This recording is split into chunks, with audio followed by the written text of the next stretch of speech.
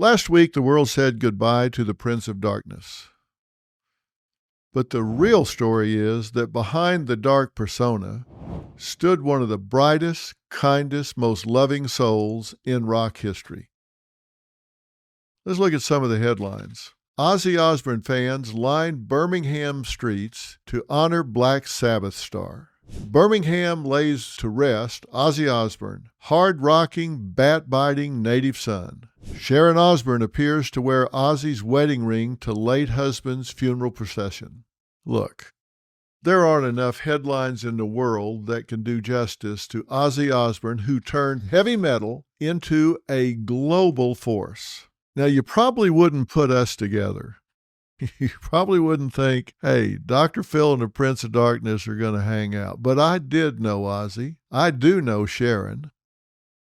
And they had a reality show, and on their last show ever, I sat with the Osbourne family and talked to them about what the experience had been like opening up their home to one of the biggest reality shows in history. I've seen you two, through it all, even when there'd be a big flare-up, you two always return to the immediate vicinity of one another, and you always touch. Are you aware that you do it? No. It wasn't just after you had your diagnosis with the cancer. It wasn't after you had your life-threatening accident. It's been always, all through. And I hope you guys see that in your parents, that they're very loving and devoted. I know it kind of makes you sick, because I've heard you say a number of times, stop that or you're going to have to get out of my room. But they could not have been more welcoming. They could not have been more transparent. They could not have been more open. When I outlined everything I saw in all of the episodes, I came away with a clear impression that this is one of the most loving, committed, and mutually supportive families that I've ever seen. And when it came to Ozzy, what I saw wasn't the Prince of Darkness.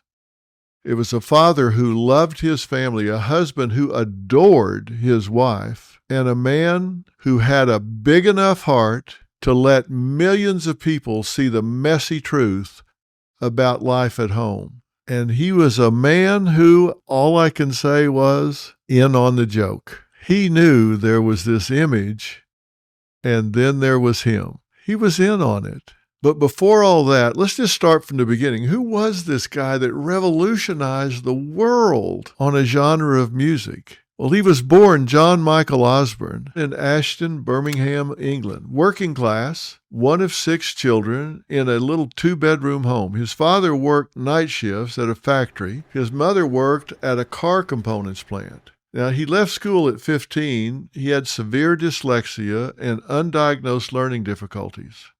School wasn't fun for him. He didn't get a lot out of it because they didn't gear it to him. He worked as a construction laborer and apprentice toolmaker. He worked in a slaughterhouse, for God's sakes, but music was always his escape. He was nicknamed Ozzy all the way back to his school days, and he idolized the Beatles, and he credited hearing She Loves You in 1963 with making him want to be a musician. Now, these were the clean-cut Beatles, but that was his inspiration. And in 1968, he teamed up to create a band called Earth, which became Black Sabbath, and that set the blueprint for heavy metal. Now, how did they do? Well, they sold 100 million albums worldwide. He was also a solo superstar with 13 solo albums. He was a double Rock and Roll Hall of Fame inductee with Black Sabbath in 2006 and as a solo artist as recently as last year. He broke ground in reality TV with the Osbournes. He redefined celebrity family television. No celebrity ever opened their doors and let anybody in. He couldn't care less. He had nothing to hide. He was so transparent. And a lot of these reality shows are not reality at all. They're so scripted, it's ridiculous. But let me tell you, a lot of the Osbournes were the Osbournes. Please don't get drunk or get stoned tonight. Don't drink, don't take drugs tonight. No, I don't do Please. that. I don't do that. If you have sex, wear a condom. Now, were there dark years? Of course there were. There were public battles with addiction and alcohol, prescription drugs. all while living under the full glare of international fame. And there were also arrests and bans. He was banned from San Antonio for 10 years. He was heavily intoxicated, and he was wearing a dress because Sharon hid his clothes to stop him from going out drinking. And he urinated on the Alamo cenotaph. And also a tough time during his marriage with Sharon. They had ups and downs. There was no question about that. They had a difficult time, and they were pretty transparent about that. They even separated at one time, but they renewed their vows in May of 17. And they say that that was a real turning point in their marriage. And Ozzy faced health struggles. In January of 2020, Ozzy and Sharon appeared on GMA and disclosed his Parkinson's disease. He had Parkinson's 2 as a subtype diagnosis. He never pretended to be perfect. He never dodged questions. He never made excuses. And his honesty about his addiction, recovery, marital and health struggles, you'd ask him anything. You might not like the answer, but he would answer you. Good, bad, and ugly, didn't matter to him. And it really helped countless fans feel less alone because people could relate to him because of his vulnerability and his traveling up and down the avenue of life. And he was so much more than his fallibilities. He was generous. He was kind. He was loyal. His final concert was July 5th of 2025. Wasn't much to it.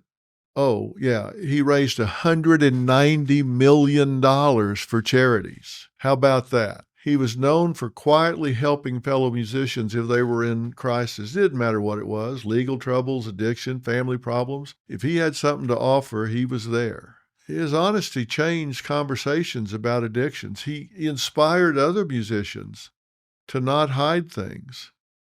And his generosity will continue changing lives long after his funeral, which was something to behold. So the Prince of Darkness, it was a brand. He was passionate about his music. I'm not saying it was a put-on. He was passionate about his music. But he knew that was his brand. That wasn't him. Because he was a bright light. He was full of love. He was full of loyalty. He was very funny. And the joke was often at his expense. He had humility and he had humanity. And I got to tell you, when we hung out, he was a really nice guy, a really regular guy. And he never made it all about him, even though he was a global force. And when it comes to Ozzy Osbourne, he was a hell of a father, hell of a husband, a really great guy. And that's the real story. Wherever you're getting the real story, make sure you subscribe and follow. I'll see you tomorrow. I used to sleep terribly, but I found Beam's Dream Powder, a science-backed, healthy nighttime blend packed with ingredients shown to improve sleep. Beam is founded in America and run by people who share our values of hard work. Their Dream Powder is made with a powerful blend of all-natural ingredients: reishi, magnesium, L-theanine, apigenin, and melatonin. Here's the deal. Beam is giving my listeners the ultimate Patriot discount of up to 40% off. Try their best sleeping dream powder and get up to 40% off for a limited time. Go to shopbeam.com/Dr. Phil and use code Dr. Phil at checkout. That's shopbeam.com/Dr. Phil and use code Dr. Phil for up to 40% off. Sleep better, wake up stronger, and show up ready for your family, your work, and your country. Because when you're well rested, you're unstoppable. And this country needs more people like that.